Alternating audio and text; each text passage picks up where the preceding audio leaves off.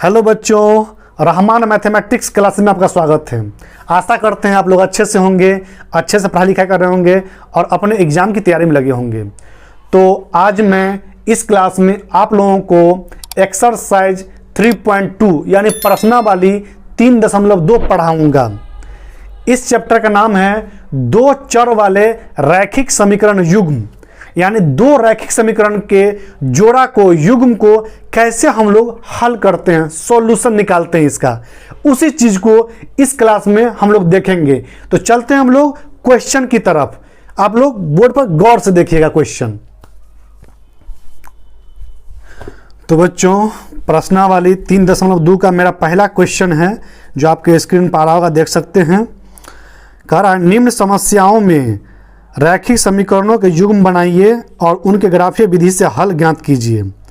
जिसका पहला ऑप्शन है बाबू, कक्षा 10 के विद्यार्थियों ने एक गणित की पहली प्रतियोगिता में भाग लिया यदि लड़कियों की संख्या लड़कों की संख्या से 4 अधिक हो, यानी कि लड़की की संख्या ज़्यादा है, तो प्रतियोगिता में भाग लिए लड़कों और लड़कों की संख्या ज्ञात कीजिए। बहुत आसान है। तो चलते हैं बोर्ड पर, देखते हैं क्या कहता है। देख लीजिए, पहले मान लेंगे लड़का और लड़की के बारे में, ठीक, क्योंकि हर चीज़ मैथ मानवे करते हैं। माना कि लड़कों की संख्या, क्या करेंगे बाबू, लिखेंगे माना कि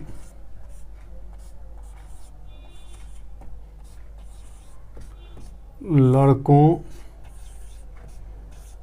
की, लड़का लड़की में किसी में से मान सकते हैं, पहले कोई दिक्कत नहीं है, आपकी मर्जी, x मान लेते हैं, ठीक है। और लड़कियों की संख्या, लड़कियों की संख्या इक्वल टू y मान लेते हैं। और दोनों मिलकर कितना जानते हैं, 10 गो है दोनों मिलके, तो इसीलिए x प्लस वाई बराबर 10। इसको समीकरण 1 मान लीजिए बाबू, ठीक।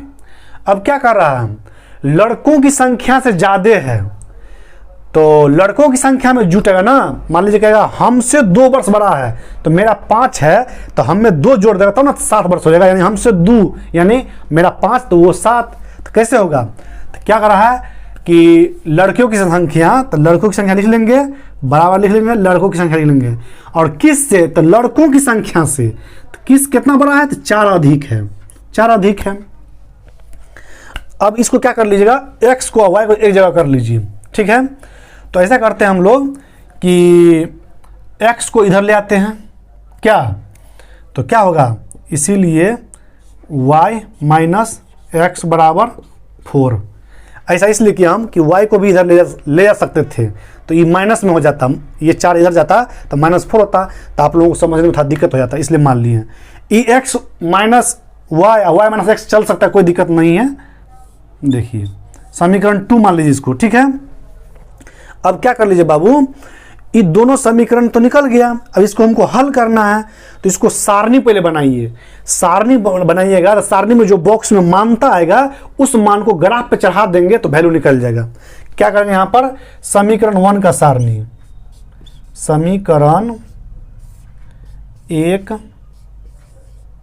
का सारणी, समझे बाबू। समीकरण उधर जगह है नहीं, उधर जगह कि वहीं बना देते हैं, यहाँ छोड़िए इसको, बाद में इसको बना देंगे,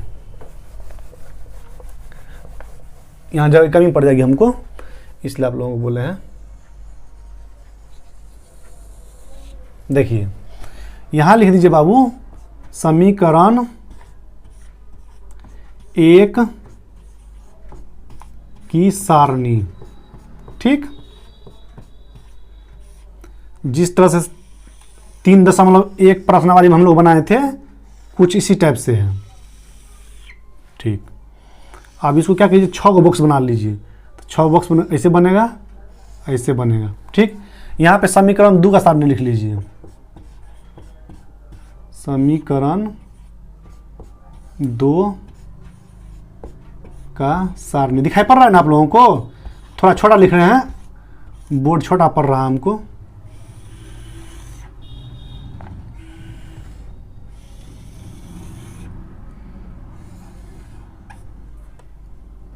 लिख लिए।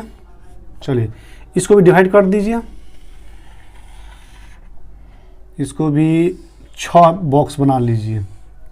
ठीक, अब सब के नीचे उसका समीकरण डाल दीजिए। देख लीजिए x plus y, x plus y बराबर कितना है 10 है। इधर कितना है y माइनस एक्स बराबर 4 है। ठीक ना। अब एक चीज़ बताए बाबू, यहाँ तो हम x लिख लेंगे, ऊपर में x नीचे में y, ऊपर में x नीचे में y। अब यहाँ x का वैल्यू कुछ ले लीजिए, मान लीजिए x का वैल्यू हम 2 ही ले लेते हैं। ठीक, तो देखिए x का वैल्यू 2 डाल दीजिए, 2 डालिए प्लस y बराबर कितना हो जाएगा 10। तो इसीलिए y बराबर ई 2 इधर जाएगा कितना आएगा 10 माइनस 2 हो जाएगा बराबर 8, यानी y का वैल्यू 8 निकल गया। यानी x 2 रखें तो y का वैल्यू 8 निकल गया। पुनः इस बॉक्स में भरना है ना, इसलिए पुनः लिख रहे हैं पुनः। तो समीकरण क्या है x प्लस वाई बराबर 10 है। तो ऐसा करते हैं, यहाँ पे इस बार y का वैल्यू रखते हैं कुछ। y का वैल्यू मान लीजिए हम यहाँ 4 4 ले लेते हैं। तो 4 ले लीजिएगा तो देखिए x प्लस 4 बराबर 10, इसीलिए x बराबर 10 माइनस 4 बराबर 6। यानी y अगर 4 लेते हैं बाबू तो x कितना आता है 6 आता है। ये सॉल्व हो गया। देखेंगे ना, देखिए सॉल्व। अब इसको सॉल्व कीजिए। देखिए यहाँ पर मान लीजिए x का वैल्यू कुछ ले लीजिए। अगर x का वैल्यू अगर हम मान लीजिए 2 ले लेते हैं तो 2 इधर जाएगा तो प्लस 6 हो जाएगा। चलिए हम 2 ही ले लेते हैं, कुछ भी ले सकते हैं आपकी मर्जी। तो y माइनस 2 बराबर 4। तो क्या लिखेंगे, इसीलिए y बराबर कितना हो जाएगा 4, इधर से जाएगा तो प्लस 2 यानी बराबर 6। यानी x का वैल्यू 2 लिए तो ये कितना आ गया 6 आ गया, इधर 8 आया था। पुनः गौर से देखिएगा y माइनस एक्स बराबर 4 है। अब क्या कीजिए, यहाँ पे y का वैल्यू कुछ ले लीजिए। इधर 2 लिए थे तो इधर क्या किया जाए, y का वैल्यू 3 ले लेते हैं। ठीक, 3 ले लेते हैं। तो देख लीजिए, तो 3 माइनस एक्स बराबर 4 क्या, तो माइनस एक्स बराबर कितना हो जाएगा 4, आई जाएगा तो माइनस में हो जाएगा -3। इसीलिए माइनस एक्स बराबर 4 में से 3 गया तो 1, अभी माइनस में है तो माइनस इधर चल जाएगा तो -1 हो जाएगा। यानी बराबर इसीलिए इसको ऐसे कर दीजिए, इसीलिए x बराबर -1। ठीक ना। यानी y का वैल्यू 3 रखे तो e -1 आ गया। तो बाबू इसको फटाफट आप लोग उतारिए, ग्राफ बनाएंगे इसके बाद हम लोग। समझ गए ना, समझाने का कोई दिक्कत नहीं ना जी, केवल वैल्यू पुट करना था, मान निकाल देना था। इससे हार्ड आप लोग समझ चुके हैं, द्विघात त्रिघात रैखिक बहुपद समीकरण सब समझ चुके हैं, एकदम आसान है ही। उतारिए फटाफट इसको।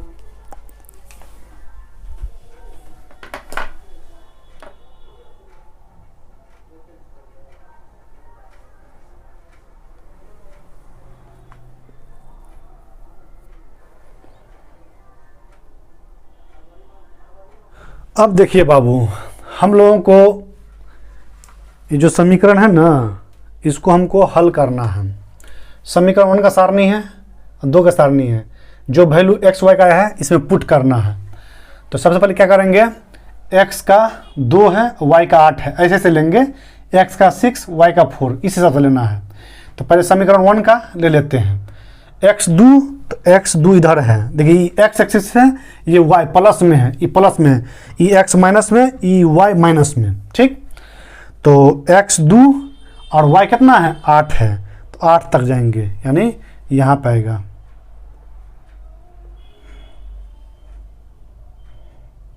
थोड़ा टेढ़ा हो सकता है बाबू, आप लोग समझ सकते हैं इसको, क्योंकि ये बोर्ड है, दिक्कत होता है इसमें बनाने में।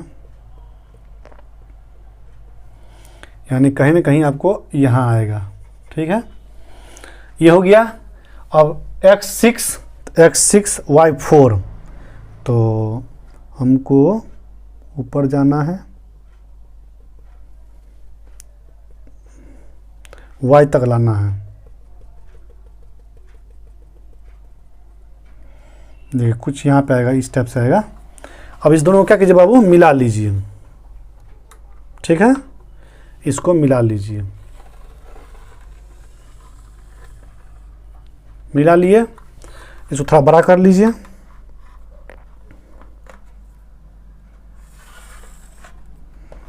चलिए इसको बड़ा कर लिए हम, ये से कर लीजिए, इसको और हल्का बड़ा कर लीजिए,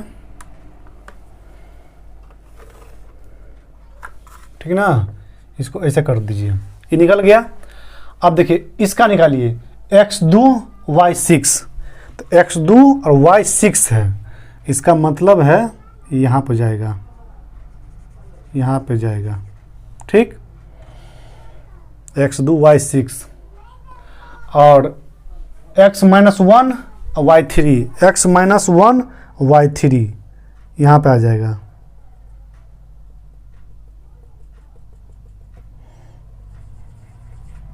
और ये दोनों को कटान कीजिए,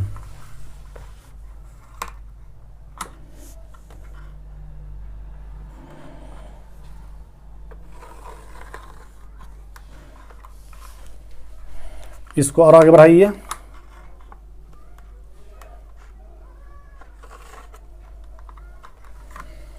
ये ऐसे हो जाएगा, ये ऐसे हो जाएगा।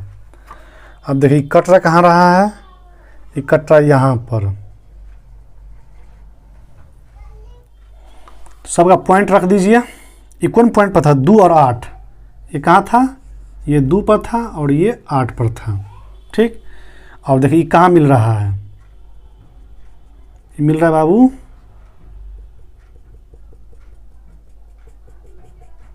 ये 3 के पास मिल रहा है, 7 और 3 पर मिल रहा है। कहाँ मिल रहा है बाबू, ये 3 और 7 पर मिल रहा है, ठीक।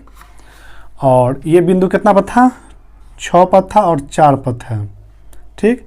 और ये आपका बिंदु आपका है ये, इसको लिख लिया जाए आपको, 2 और 6, 2 और ये 6 है। और ये कितना है, ये -1 और 3, सब बिंदु लिखना पड़ेगा और समीकरण भी लिखना पड़ेगा बाबू। तो ये वाला जो समीकरण क्या है, ये 2 8 वाला है, तो यानी x प्लस y बराबर 10 है। और इस समीकरण कौन है, इस समीकरण है बाबू y माइनस x बराबर 4 है। देख लीजिए अब इसका आंसर क्या होगा। इसका आंसर ग्राफ तो निकाल लिए। अब देखिए आंसर क्या होता है, जहां पे कटान बिंदु हो ना, कटे ना, तो आप लोग पढ़ा चुके हैं हम कि जब दो रेखा एक दूसरे को प्रतिच्छेदित करती है, वो परिचय वाला में आप लोगों को देखिए यूट्यूब वीडियो पर डाल दिए हम, परिचय के क्लास में आप लोग बता चुके हैं। जहां पे दो रेखा एक दूसरे को काटती है तो उसका केवल एक हल होता है। नहीं बताए थे, देखिए बताए थे, जब मान लीजिए कोई x प्लस वाई बराबर कोई मान लीजिए इस तरह से 10 समीकरण है, आई y माइनस एक्स बराबर मान लीजिए 4 है, ठीक है। और इसका वैल्यू कुछ देर के लिए मान लीजिए 3 था, ये 1 था और ये 2 था, ये 5 था, तो मान लेते हैं। तो ऐसा आता था ना, a1 बट्टा a2, b1 बट्टा b2, यानी ये दोनों a1 3 बट्टा 1 यानी कि 3 बट्टा 1 बराबर नहीं है 2 बट्टा 5 के, तो ये बराबर नहीं है। ऐसा सिखाए थे आप लोगों को। इसका मतलब क्या होता था कि रेखा प्रतिच्छेदित करती है, क्या रेखा प्रतिच्छेद करती है, प्रतिच्छेद करती है। और क्या निकाले थे, इसका एक हल होगा, क्या होगा, एक हल होगा, एक हल होगा और संगत होगा। ये नहीं पढ़ाए थे जी। इस कंडीशन क्या पढ़ाते थे, जब a1 बटा a2 equal to not b1 बटा b2 हो तो रेखा प्रतिच्छेद करती हुई क्रॉस करती होगी और एक हल होगा। तो देखिए जब रेखा प्रतिच्छेद कर रही है, इसका मतलब यहां पे है प्रतिच्छेद कहाँ पर कर रहा है, तो 2 और 3 और 7 के पास प्रतिच्छेद कर रही है। एक हल, तो वही एक वो हल निकलेगा। ये जो 3 और 7 है इसका एक हल है और संगत होगा, क्या कहलाएगा, संगत कहलाएगा। अब कहेगा सर कि a1 बट्टा a2 देख लीजिए बराबर है कि नहीं है, तो बाबू अगर मान लिया जाए 2 के पास, x के पास 2 रख दीजिए, देख लीजिए अगर मान लिया जाए x2 है 2x प्लस 8y, यानी कि अगर कर लिया जाए y को x को मिटा दिए, ऐसे कर लेते हैं, बराबर मान लीजिए 10, ठीक है। और इधर कौन था, इधर था 2y माइनस 6x बराबर 4। तो देखिए आपको हम समझा रहे हैं, ये आपका a1 2 बट्टा 2 है ना, बराबर 8 बट्टा 6, तो 2 एकम 2, 2 एकम 2, 2 चौके 8 और 2 तिया 6। ये बताइए बाबू 1 बट्टा 1 बराबर 4 बट्टा 3। इसके हिसाब से ये वैल्यू पुट कर दिए इस दोनों में और ये वैल्यू पुट कर दिए इस दोनों में। इस समीकरण आ गया, इस समीकरण को मान यहाँ रख दिए। ये दोनों बराबर है, नहीं है। इसका मतलब क्या, रेखाएं प्रतिच्छेद करती है, तो बेचारा प्रतिच्छेद कर रहा है कि नहीं कर रहा है, प्रतिच्छेद कर रहा है। तो इसका क्या होगा, एक हल होगा। जहां पे प्रतिच्छेद करती है वहीं पे एक हल। तो ये जो 3 और 7 निकला है यही एक हल है, समझे, यही एक क्या है, हल है। तो इसको फटाक से मिटा लीजिए, इसको मिटा के बताते हैं बाबू, गौर से देखिए मजा आ जाएगा। तो देखिए साबित हो गया, एक हल निकला। तो देखेंगे यहां लिखेंगे, चूंकि जब रेखाएं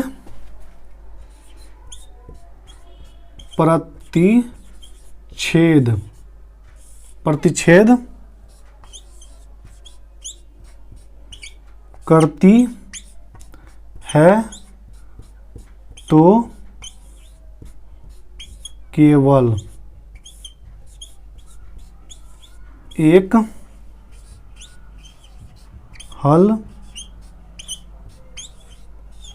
निकलता है या एक हल होगा, समझे, लिख दीजिएगा। चूंकि जब रेखाएं प्रतिच्छेद करती है तो केवल एक हल होगा या एक हल निकलता है, जो कितना है, जो 3,7 है, ठीक है। यानी लिखेंगे, इसीलिए ई x है ई y है, तो x किसको माने थे, लड़का को माने थे, x, हाँ लड़का को माने थे, इसीलिए लड़कों की संख्या बराबर x बराबर 3, लड़कों की संख्या, लड़कियों की संख्या बराबर y बराबर 7। ये आपका आंसर हो गया बाबू, फाइनल आंसर। समझे कि नहीं समझे आप लोग, बताइए, कमेंट करके जवाब दीजिए। देखिए बार बार आप लोगों को बोल रहे हैं, इस सारणी के मुताबिक हमने ग्राफ बनाया, ग्राफ तैयार कर दिया और देख रहे हैं कि ये क्रॉस मल्टीप्लाई हो रहा है रेखा। तो बाबू क्रॉस मल्टीप्लाई रेखा हो रही है तो सूत्र, रूल यानी फॉर्मूला क्या पढ़ाए थे आप लोगों को परिचय क्लास में, बार बार बोलते हैं, जाके देखिए, वीडियो डाल चुके हैं, या ना तो बुक उल्टाइए, आप लोग देख लीजिए। नहीं देखिएगा आप लोग तो देखिए, बुक उल्टा के दिखा देते हैं आप लोगों को। देखिए ये आपका बुक, देखिए दिखाई पड़ रहा है क्या, देखिए देखिए ये दो को समीकरण दिया हुआ है, a1 बटा a2 equal to not b1 बटा b2। ग्राफ विधि क्या, निरूपण क्या है, प्रतिच्छेद करती हुई रेखा है, और जब प्रतिच्छेद कर रहा है रेखा केवल एक हल है, दिया है आपके सामने खुद के दिखा रहे हैं हम। आप लोग पढ़ाई लिखाई नहीं करते, खाली आप लोग बदमाशी करते हैं, आप लोग देखते नहीं हैं कि सर कौन सा क्लास लिए, नहीं लिए। परिचय क्लास आप देखिए, इंट्रोडक्शन जो दिए हुए हैं, इस पर्सनावली 3 का इंट्रोडक्शन मैं डाल चुका हूँ वीडियो, आप लोगों के यूट्यूब पर देख सकते हैं आप लोग। तो इस हिसाब से लिखे हैं, चूंकि जब रेखाएं प्रतिच्छेद करती है तो केवल एक हल होगा, और वो हल कौन होगा, जहां पे कट रहा है, कटान बिंदु है, वही एक हल होगा। समझे? जो 3 और 7, और 3 तो x है और ये y है। इसका मतलब क्या, लड़कों की संख्या जो x माने थे वो 3 हो जाएगा, और लड़कियों की संख्या जो y माने थे वो 7 हो जाएगा। आप आंसर मिला लीजिए, वही आंसर आपका। तो इसको फटाफट उतारिए, चलते हैं नेक्स्ट क्वेश्चन में।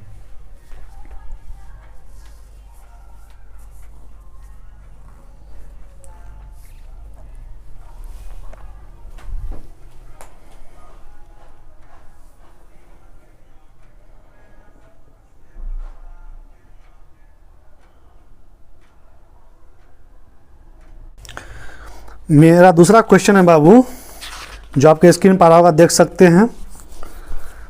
कह रहा है 5 पेंसिल तथा 7 कलमों का कुल मूल्य 50 रुपया है, जबकि 7 पेंसिल तथा 5 कलमों का कुल मूल्य 46 रुपया है। एक पेंसिल का मूल्य तथा एक कलम का मूल्य ज्ञात कीजिए। बहुत आसान है, तो देखिए कैसे बनाएंगे इसको हम। सबसे पहली बात, कुछ मानना पड़ेगा हमको। क्या? पेंसिल का और कलम का माना कि कीमत मानना पड़ेगा, क्योंकि मूल्य कहता है दूसर का है, समझे? ऑप्शन दूसर का है, तो कहेंगे माना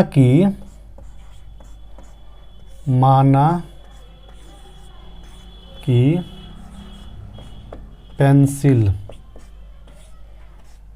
ऐसे लिखना पड़ेगा एग्जाम में, हॉल में बाबू। माना कि पेंसिल की कीमत या मूल्य, कुछ भी लिख सकते हैं आपकी अपनी भाषा, बराबर x रुपया, ठीक। और कलम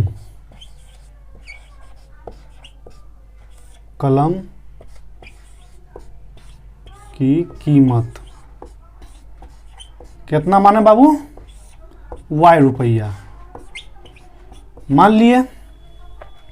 अब एक पेंसिल का है, देखिए यहाँ लिख लीजिए एक पेंसिल, यह है ना बाबू, एक नहीं डाले हम। माना कि एक पेंसिल और एक कलम का मूल्य कीमत इतना रुपया, ठीक है। तो क्या कह रहा है क्वेश्चन? कह रहा है 5 पेंसिल है ना, 5 पेंसिल और 7 कलम का मूल्य। तो एक का मान लीजिए, अगर मान लीजिए एक का 2 रुपया है, तो इसमें क्या कर रहा है? 7 कलम कर रहा है ना, 5 पेंसिल है, तो एगो का 2 रुपया, तो 5 गो का बराबर, हम डिजिटल बोले थे 5 गो का, इसको गुना करेंगे 2 गुने 5 यानी 10 रुपया। इसी तरह एक का इतना रुपया, तो 5 गो का 5x रुपया, नहीं यानी 5x इतना रुपया है कि नहीं है बाबू? एक का 5 रुपया था, 2 रुपया था ना 2 रुपया, तो मान लीजिए x के जगह पर 2 है, तो 5 गो का गुना किए किससे? इस 2 को 5 से गुना किए हैं। इसी तरह इस x को 5 से गुना करेंगे तो 5x।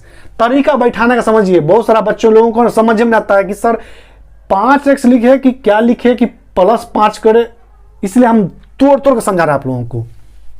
5x प्लस, अब एगो का इतने रुपया है, तो क्या गो है? 7 गो कलम है, तो 7 गुना तो लिखेंगे। मान लीजिए एगो का 3 रुपया है, तो 7 गो का इससे गुना करेंगे, 7 या 21 रुपया। इसी तरह एगो का y रुपया है, तो गुने 7 बराबर 7y, तो यहां लिखेंगे 7y बराबर कितने रुपया टोटल है? टोटल है 50 रुपया। देख लीजिए टोटल है 50 रुपया। इसको समीकरण 1 मान लीजिए, ठीक। अब सेकेंड राउंड में क्या कहता है? अब कहता है 7 पेंसिल और 5 कलम, तो 7 पेंसिल इसमें 7 से मल्टीप्लाई होगा, क्योंकि एक पेंसिल का इतने रुपया, तो 7 होगा 7x, यानी यहां हो जाएगा 7x प्लस, अब उल्टा कर दिया 5 कलम, तो एक कलम का इतने रुपया था, 5 होगा 5y, इससे गुना होगा नहीं होगा?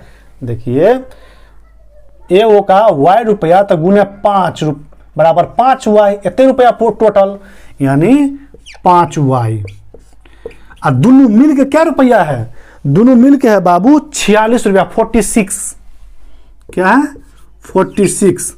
अब कटने वाला है नहीं, कॉमन लेने वाला है नहीं तो कॉमन लेके हम काट देते। तो ऐसा कीजिए, इसको समीकरण 2 मान लीजिए और इस भाई साहब को मिटा दीजिए। नहीं मिट रहा है, चलिए मिटाते हैं इसको। भागो तुम यहाँ से, बहुत गंदा हो गया बोर्ड ना। चलिए इसको मिटा देते हैं। डस्टर लाए, समझे, काम नहीं कर रहा है डस्टर। डस्टर काम नहीं कर रहा है, देख रहे हैं, डस्टर लाए काम नहीं कर रहा है। तो देखिए इतना हो गया। अब इस दोनों को हल करना है हमको, तब ना इसका एओ का कीमत निकलेगा, एक्स और वाई निकलेगा। तो हल करने के लिए हमको सारणी बनाना पड़ेगा, बॉक्स। देखिए ऐसा कर लीजिए बाबू, इधर समीकरण 1 समीकरण 2 का सारणी बना लीजिए, इसमें नहीं हटेगा आप लोगों को। यहां लिख लीजिए समीकरण 1 का सारणी, समीकरण 1 का सारणी वहां लिख लेते, समझे, यहां जगह नहीं बच रहा हमको।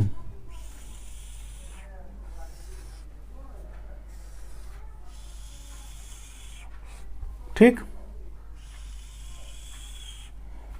ऐसे आप लोग बनाइएगा कॉपी में, फेयर में, साफ साफ। यहां समीकरण 2 का सारणी, समीकरण 2 का सारणी। तो इसको भी घेर दिया जाए भाई साहब, इसको भी घेर दिया जाए, बना लिया जाए बॉक्स। चलिए स्टेप बाय स्टेप समझिए, एकदम आसान भाषा में।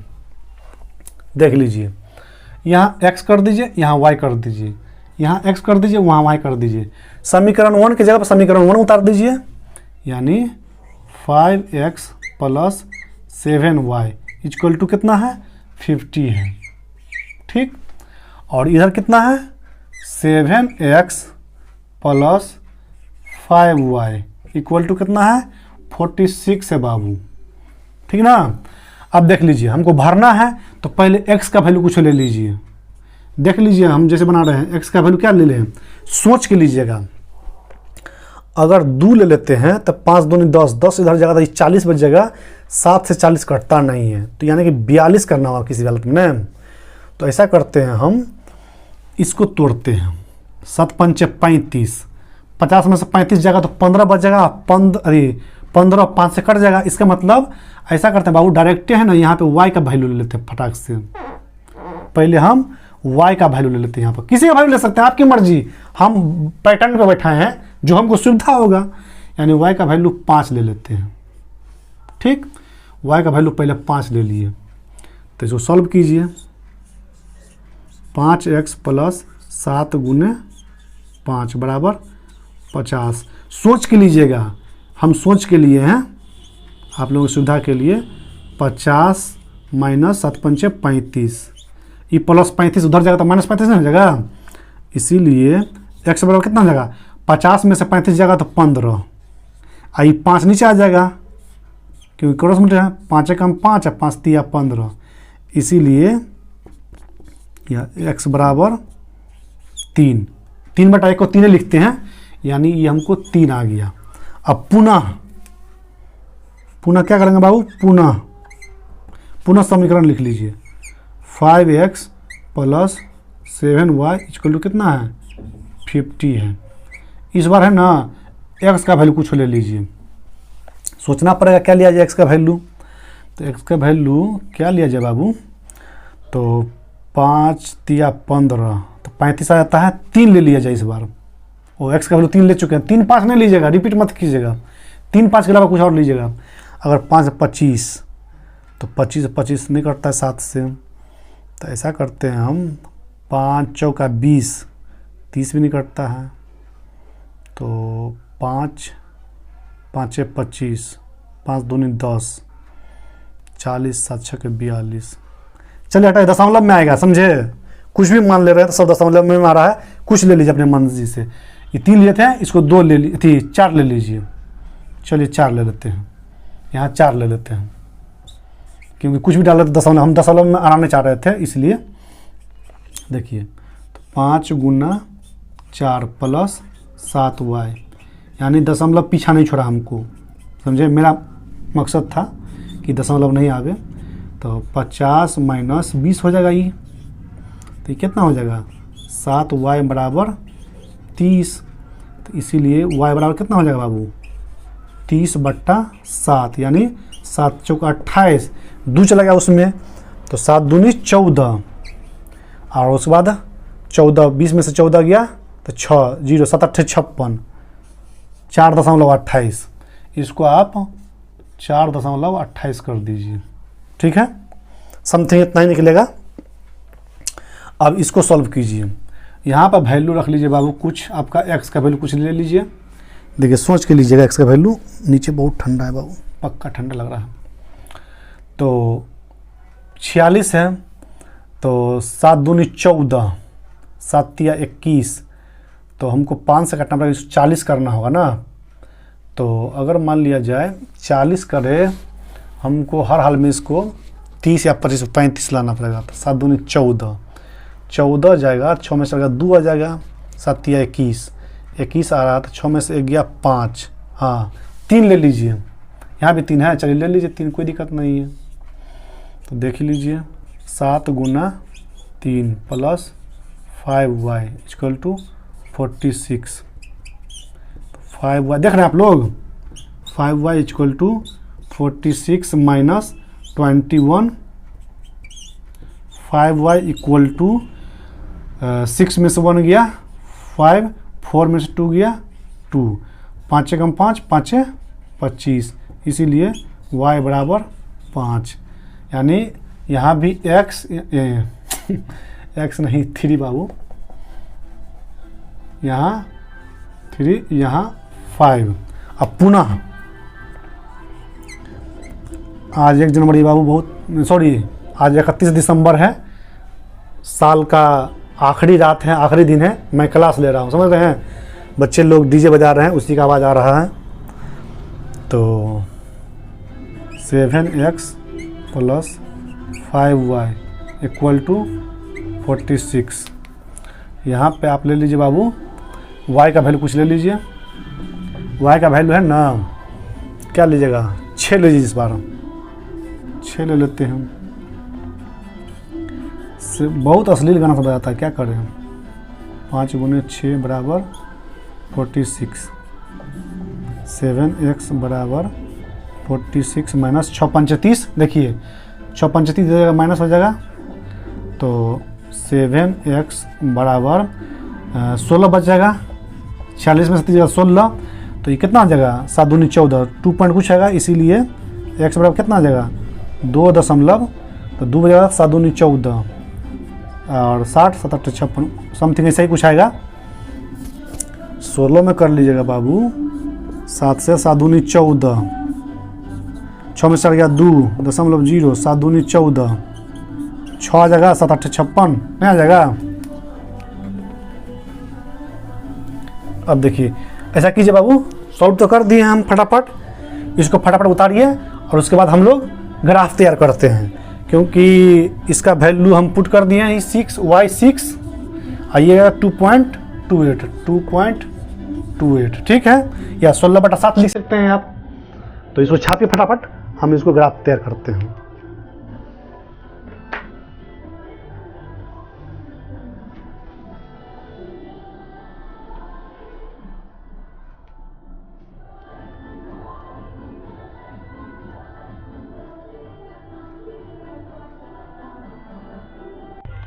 देखिए बाबू, ये मेरा ग्राफ है, तैयार कर लिए हैं।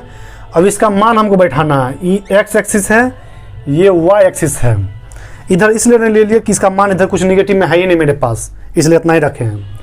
देखिए x3 y5, तो x3 y5 यानी कि ये पॉइंट आपको बाबू जाएगा, इसको समझा लीजिए अपने आप को हमको थोड़ा टेढ़ा हो रहा है बोर्ड पे, यानी 3 के सामने आ जाएगा, यानी ये पॉइंट हो जाएगा, ठीक। x4 y 4.28, तो समथिंग यहाँ आएगा, यानी आपको यहाँ आएगा बाबू, नहीं यहाँ आएगा, यानी यहाँ पे आ जाएगा।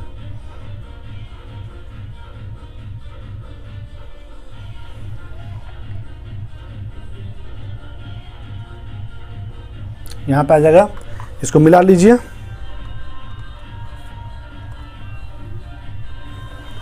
थोड़ा टेढ़ा हो सकता है, आप लोग जानते हैं इस बात को, क्योंकि बोर्ड पे है ना मार्कर घसक जाता है, समझे। ये ऐसे हो जाएगा, ये ऊपर चला जाएगा, ये ऐसे हो जाएगा, ठीक।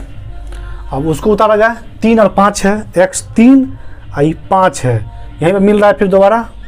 चलिए, और ये क्या है, x 2.28 है, x 2.28 और y कितना 6 है, तो इसके सामने सामने यानी यहाँ कटेगा शायद, हाँ यहाँ पे कटेगा, x 6 y 2.28 से कुछ ऐसे, ठीक ना। यानी सब लाइन एक ही जगह कट रहा है। तो बाबू एगो यहाँ पे आया था इसका वाला, एगो यहाँ पे आया था, यानी डबल डबल चढ़ेगा इसी पर, यानी एक राउंड और चढ़ेगा ये, यानी एक राउंड और चढ़ेगा ये। इसको ऐसे कर लीजिए, यानी एक राउंड और चढ़ेगा ये, यानी इसी पर चढ़ेगा, समझे। डबल लाइन चल जाएगा, यानी ई हो गया आपको 2.28 2.28,6, ठीक है ना जी। और ये हो गया 3 और 5, ये हो जाएगा 3 और ये हो जाएगा 5, ये कितना हो जाएगा, ये हो जाएगा 4 और है 4.28, यानी 4 और 4.28, इतना है। तो ये बताइए बाबू, ये किस रूल को फॉलो करता है, ये किस रूल को फॉलो करता है, ये हमको बताइए पहले आप लोग, उसके बाद हम लोग कीमत निकालेंगे। देखिए एक चीज बताइए बाबू, ये दोनों रेखा कहाँ में मिल रहा है, कॉमन बिंदु कौन है, ये आपका कॉमन बिंदु है, नहीं समझे थे। 3 5 3 5 दोनों में है, 3 5 3 5 दोनों में है, ये आपका कॉमन बिंदु है। तो लिखेंगे चूंकि जब दोनों रेखाएं संपाती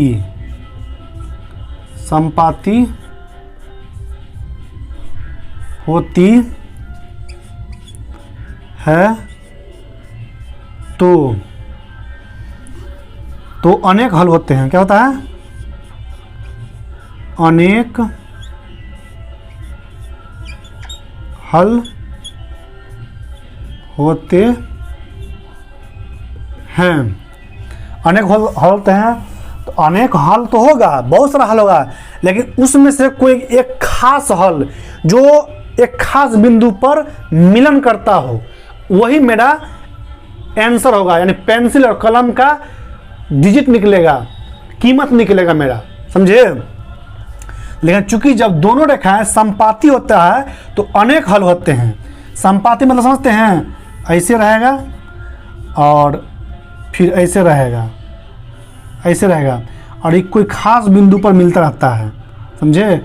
इधर भी बिंदु होगा, इधर भी बिंदु होगा, लेकिन ये खास बिंदु होगा जो दोनों का होगा, समझे।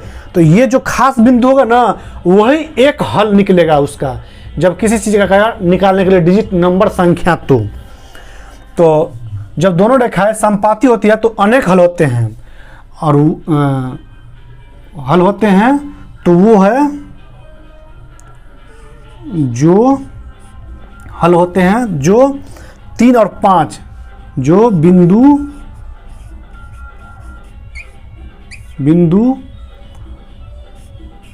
3 5 उभयनिष्ठ है, जो 3 उभयनिष्ठ है। सेंटेंस समझिए, चूंकि जब दोनों रेखाएं संपाती होती है तो अनेक हल होते हैं, लेकिन जो बिंदु 3 और 5 उभयनिष्ठ है, लेकिन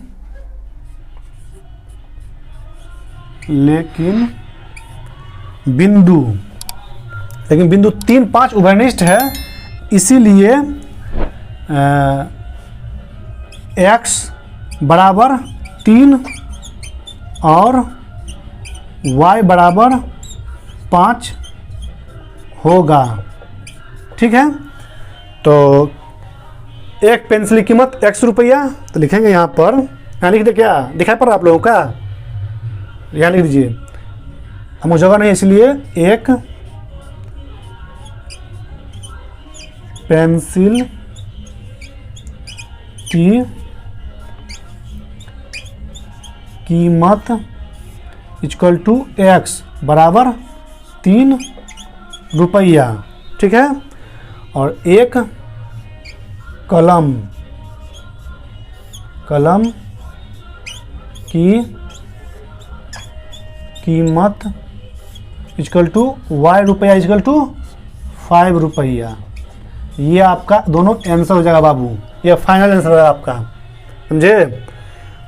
3 और 5 यानी कि एक पेंसिल की कीमत 3 रुपया, एक कलम की कीमत 5 रुपया।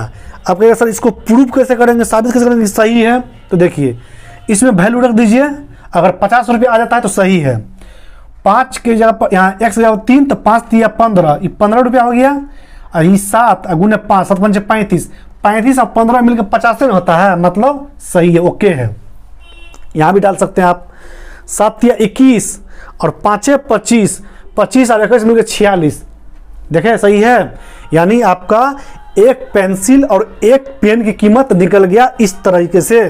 बार बार समझाना आप लोगों को, इस समपाती रेखा है, दोनों रेखा एक जगह है, लेकिन जब आप लोगों को कोई एक खास बिंदु उभयनिष्ठ यानी कॉमन आ जाए, वही आपका एगो हल होगा, समझे। तो ये था प्रश्न 1 का ऑप्शन नंबर 2 का।